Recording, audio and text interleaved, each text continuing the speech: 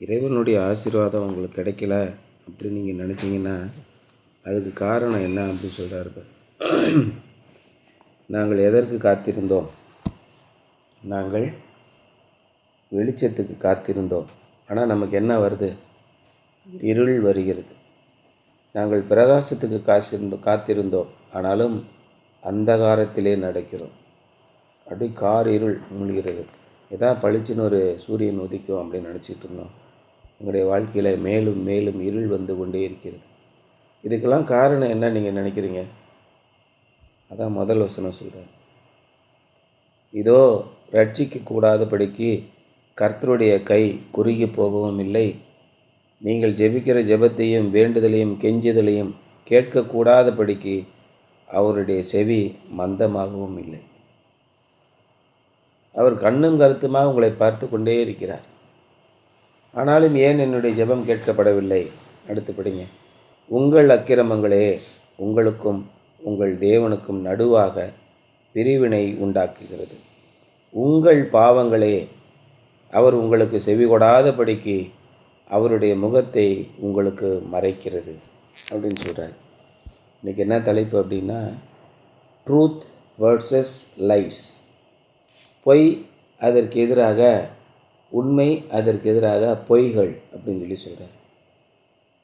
உண்மைகள் அதற்கு எதிராக பொய்கள் அப்படி தானே சொல்லணும்.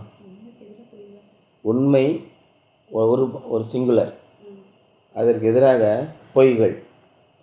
நீங்கள் அரசியல்லையும் பாருங்கள், நம்முடைய இயல்பான வாழ்க்கையிலையும் பாருங்கள், ஆண்டவரை பற்றிய விதத்திலும் பாருங்கள். ஒரே ஆண்டவர், ஒரே கர்த்தர், ஒரே சபை, ஒரே ஞானஸ்நானம். ஆனால் இதற்கு எதிரான பொய்கள் எத்தனைன்னு பார்த்தீங்கன்னா கோடிக்கணக்கான பொய்கள். கர்த்தர் மனுஷனை நல்லவனாக படைத்தார். ஆனால் அவர்கள் அநேக உபாய தந்திரங்களை தேடிக்கொண்டார்கள் அப்படின்னு போட்டிருக்கு. இங்கே நம்ம படிக்கிறதுனா, justice is far from us and righteousness does not reach us. We look for light, but all is darkness. For brightness, but we walk in deep shadows. There was a great deal of injustice in the land, with the rich exploiting the poor and the rulers using their authority only to make themselves rich. இந்த உலகத்திலே மிகப்பெரிய கொடுமை நடந்து கொண்டிருந்தது. அப்பொழுதும் நடந்து கொண்டிருந்தது, இப்பொழுதும் நடந்து கொண்டிருக்கிறது.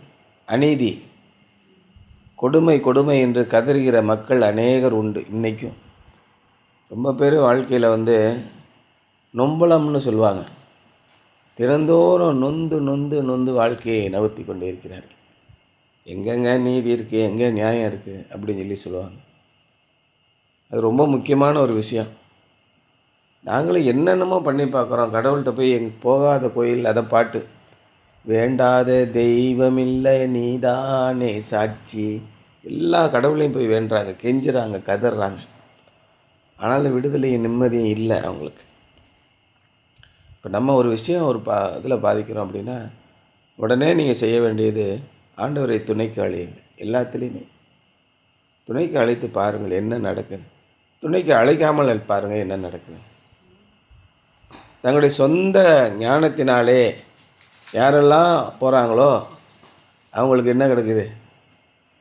அழிவு கிடைக்குது. கர்த்தருக்கு பயப்படுதலுக்கும், இன்றைக்கி ஒரு வசனம் படிச்சிங்கல்ல, நீதிமொழிகள் 22ஆம் அதிகாரம் ஒரு வசனம் படிச்சிங்கல்ல,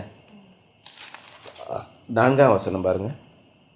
தாழ்மைக்கும் கர்த்தருக்கு பயப்படும் பயத்துக்கும் வரும் பலன் 3. ஐஸ்வர்யம், செல்வம் உங்களுக்கு கிடைக்கும். 2வது என்ன கிடைக்கும் பாருங்கள்? பெருமை. உங்களுக்கு எங்கே போனாலும் உங்களுக்கு ஒரு மகிமை. பெரிய ஆளு அவங்க அப்படின்னு ஆண்டவர் உங்களை உயரத்தில் கொண்டு போய் வைப்பார். அதான் உங்களுடைய வாழ்க்கையில் ஆண்டவர் கொடுக்குற மிகப்பெரிய ஆசீர்வாதம். நீங்கள் தாழ்மையாக இருக்கணும். தாழ்மைக்கும் கர்த்தருக்கு பயப்படும் பயம்னா என்ன? கர்த்தருக்கு எதை செய்தாலும் இது ஆண்டவருக்கு பிடிக்குமா பிடிக்காதா அப்படின்னு நீங்கள் நினைக்கணும். இது ஆண்டவருக்கு பிடிக்காத செயலாம் செய்ய மாட்டேன், வேண்டாம். என்னுடைய ஆண்டவருக்கு இது பிடிக்காதுங்க, வேணாங்க. அவருக்கு பயந்து தீமையை விட்டு விலகு. அப்பொழுது என்ன கிடைக்கும்? ஐஸ்வர்யமும் மகிமையும் லைஃப், நீடித்த நாட்களாய் நீ நிலைத்திருப்பாய். அதான் சொல்கிறேன். இந்த 3 உங்களுக்கு கிடைக்குன்னா நீங்கள் ஆண்டவரை தேடுங்கள். இப்படி தேடாததுனால நம்ம நொம்பலப்பட்டு போய் கிடக்கும். அதான் ஏசாயால சொல்கிறேன். எவ்வளோ கொடூரமான ஒரு இடத்துல அவங்க இருக்காங்க. There was a great deal of injustice in the land, with the rich exploiting the poor and the rulers using their authority only to make themselves rich. அவங்களே பணக்காரன் மேலே ஆக்கிட்டே இருக்கான். அதிகாரத்தில் இருக்கிறவன் மக்களை ஒடுக்கி தங்களை தாங்களே செல்வந்தர்களாக ஆக்கிக் கொள்கிறார்கள். The people lifted their hands to worship God, but their hands were stained with blood. மக்கள் இறைவனை தேடி கதறி அழுகிறார்கள், ஆனால் அவருடைய கைகள் எல்லாம் மகாபாதக இரத்தத்தினாலே நிறைந்திருக்கிறது. சொந்த கூட பிறந்த அண்ணன் தம்பிகளுக்குள்ளே அடிச்சுக்கிறாங்க, அவனை ஏமாத்தணுங்கிறாங்க, திருடுறாங்க, பெற்ற தாயை கொலை செய்கிறார்கள். இப்படிலாம் செய்கிறாங்க. எதுக்கு? நாங்கள் எப்படியாவது பணக்காரர்கள் ஆகிவிட வேண்டும், எப்படியாவது செல்வந்தர்கள் ஆகிவிட வேண்டும், சமுதாயத்தில் உயர்ந்த நிலைக்கு வர வேண்டும் அப்படின்றத என்ன வேணால் செய்கிறாங்க. ஆனால் ஆண்டவர் என்ன சொல்கிறார்? தாழ்மைக்கும் கர்த்தருக்கு பயப்படுதலுக்கும் வரும் பலன். அங்கே தான் அவனுக்கு செல்வம் வரும். இப்படி போனால் வராது. கடவுளுக்கு பயந்து நேர்மையான வழியிலே வாழ். அப்படி வாழ்ந்துட்டா கிழிச்சிருவோமா அப்படின்னு நிறைய பேர் கேட்பான். அது கொஞ்சம் நாள் ஆகும். ஆண்டவர் பார்த்துக்கிட்டே இருப்பார். பலவிதமான சோதனைகள் அதெல்லாம் தாண்டி வரானான்னு பார்ப்பார். யோசேப்பு, தானியேல், எப்தா, தாவீது, சாலமோன், இப்படி ஒருத்தங்களாக நீங்கள் பார்த்துட்டு வாங்க. பைபிளில் இருக்கிறவங்க நமக்கு தெரியுது. 4ஆம் நூற்றாண்டுகளுக்கு பிறகு நிறைய பரிசுத்தவான்கள், நிறைய பேர் ஆசீர்வதிக்கப்பட்டவர்கள் இருக்காங்க. அவங்களுடைய வாழ்க்கை வரலாறுலாம் நீங்கள் படிக்கணும். மக்கள் கடவுளை நோக்கி கூப்பிட்றாங்க, ஆனால் முதலாவது தங்களுடைய பாவத்தை அறிக்கை செய்ய வேண்டும், தங்களுடைய குற்றத்தை அறிக்கை செய்ய வேண்டும். இறைவனிடத்தில் போய் நீங்கள் கேட்கும்போது நீங்களாம் சர்வசாதாரணமாக ஆசீர்வாதத்தை கேட்க முடியாது. முதலாவது உங்களை தாழ்த்தி அறிக்கை செய்ய வேண்டும். ஏங்க நாங்கள்லாம் சின்ன பிள்ளைகளாக இருக்கோம், நாங்கள் என்னங்க பெருசாக பாவம் செஞ்சிட போகிறோம் அப்படின்னு நம்ம மனசுக்குள்ளே வரும் இல்லையா? ஆண்டவர்கிட்ட போய் கேளுங்க, சொல்லிக் கொடுப்பாரு. என்னென்ன செய்யணும், என்னென்ன செய்யக்கூடாது, எப்படி பின்பற்ற வேண்டும், எப்படி பின்பற்றக்கூடாது. எல்கேஜி பிள்ளைங்களுக்குலாம் எக்ஸாமினேஷன் கிடையாதா? உண்டு தானே? அப்போ ஆண்டவர் எல்லாவற்றிற்கும் ஒரு சோதனைகள் உண்டு, அதில் நீங்கள் ஜெயித்து வரணும் அப்படிங்கிறார் இல்லையா? The people lifted their hands to worship God, but their hands were stained with blood. God could not answer their prayers because their sins hid his face from them. இறைவனால் அவருடைய வேண்டுதலுக்கு, விண்ணப்பத்துக்கும், கதருக்கும் பதில் சொல்ல முடியல. ஏன்னா அவருடைய பாவம் இறைவனுடைய முகத்தை மூடும் அளவுக்கு.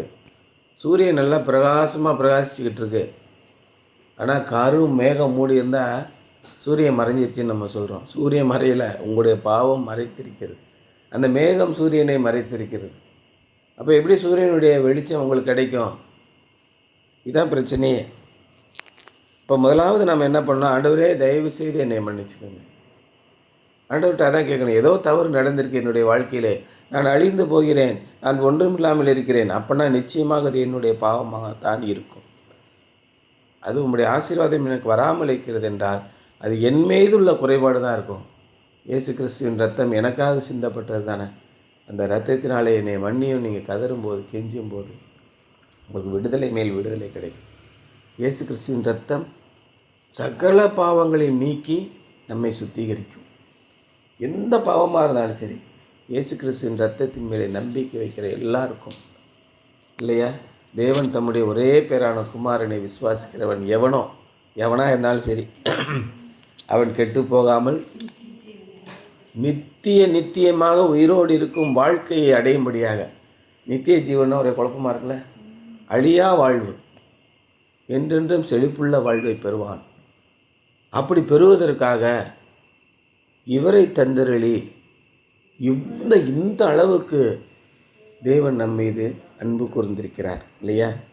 So the Lord himself intervened and brought the Babylonians to destroy Judah and Jerusalem and to teach his people that they cannot despise his law and get away with it. இறைவன் தம்முடைய கட்டளைகளை என்றென்றும் நிலைத்திருக்குமாறு செய்திருக்கிறார். அந்த கட்டளைகளை நீங்கள் மாற்ற முடியாது. அல்லது அந்த கட்டளைகளை பின்பற்றாமல் அதற்கு மாற்றாக ஒன்றை நீங்கள் நம்ம வேணால் இப்படி செஞ்சுருவோமே அப்படிலாம் செய்ய முடியாது. இன்றைக்கி என்ன பண்ணுறாங்க? பாவ மன்னிப்பு முக்கியம் உங்களுக்கு. பாவ மன்னிப்பு எப்படி பெற முடியும்? இயேசு கிறிஸ்துவின் ரத்தம் அதுதான் பாவ மன்னிப்பை தரும். வேறு எதுவுமே தராது. வேறே ஒரு பாட்டு இருக்குல்ல, இயேசுவின் ரத்தம் தானே பாட்டு. இயேசுவின் ரத்தத்தினால் அன்றி உங்களுக்கு எங்கேயுமே விமோச்சனம் கிடையாது.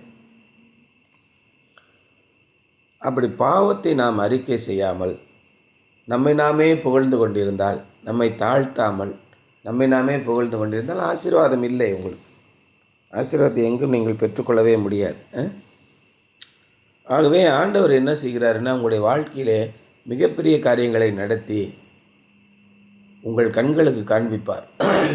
என்னாலே அன்றி ஒன்றும் செய்ய முடியாது என்பதை காண்பிப்பார்.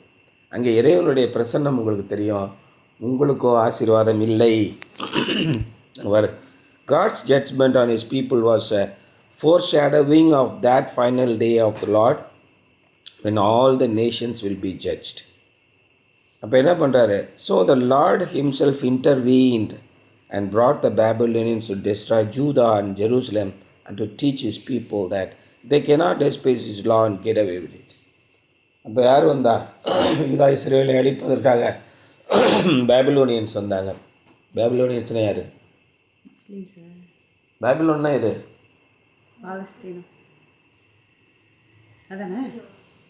பாரசீகம்னா என்ன? பாபிலோனியன் தொங்கியும் தோட்டங்கிற ஈரான் ஈராக்கு தான். ஈரான் ஈராக்கு கிட்டத்தட்ட 2500 வருஷமாக போட்டு யூதாவையும் எருசலேமையும் அடின்னு அடித்து பின்னி எடுத்துகிட்டு தான் இருக்காங்க.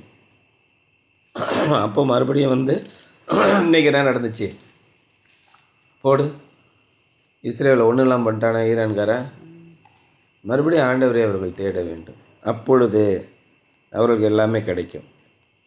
When it is ended, Israel will not only God's chosen people, but God's cleansed people.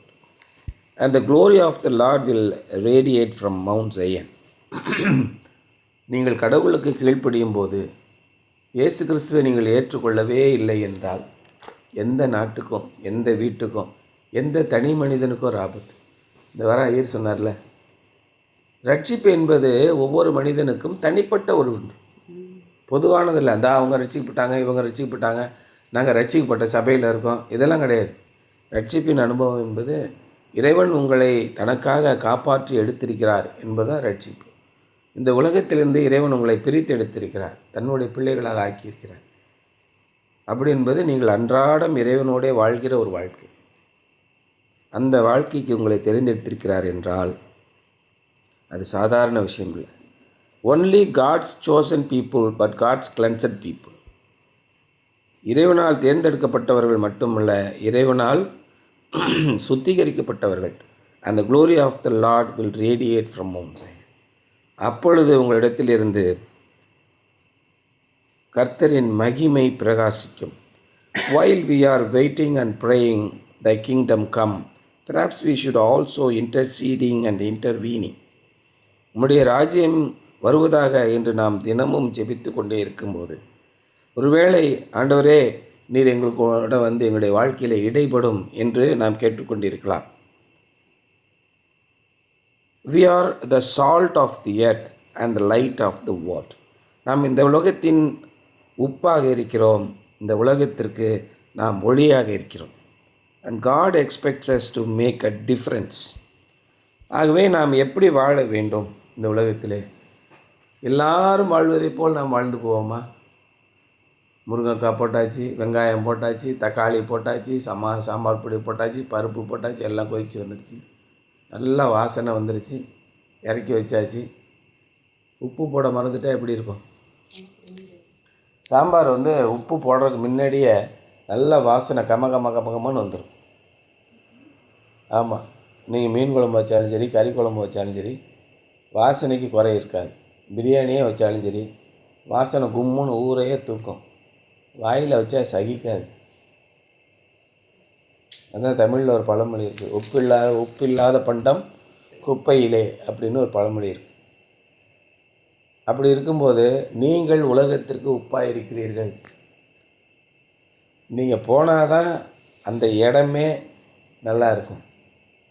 நீங்கள் இல்லைன்னா அந்த இடமே உருப்படாது.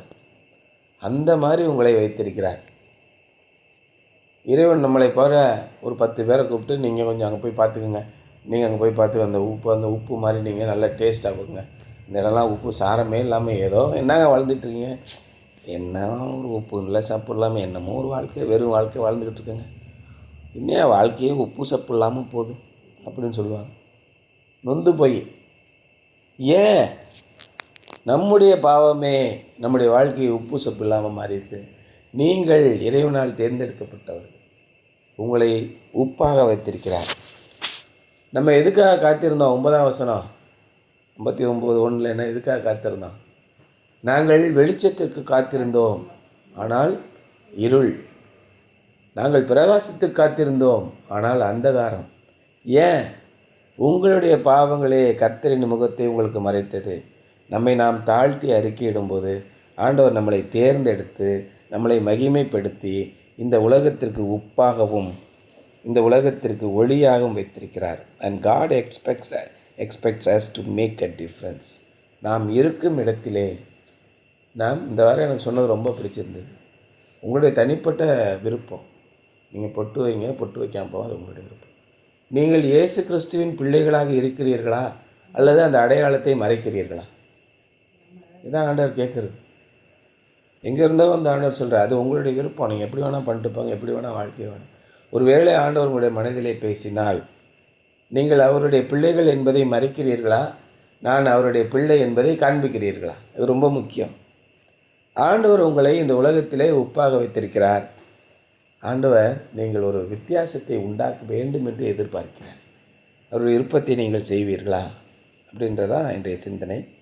In what ways are you interceding and intervening as you await God's kingdom?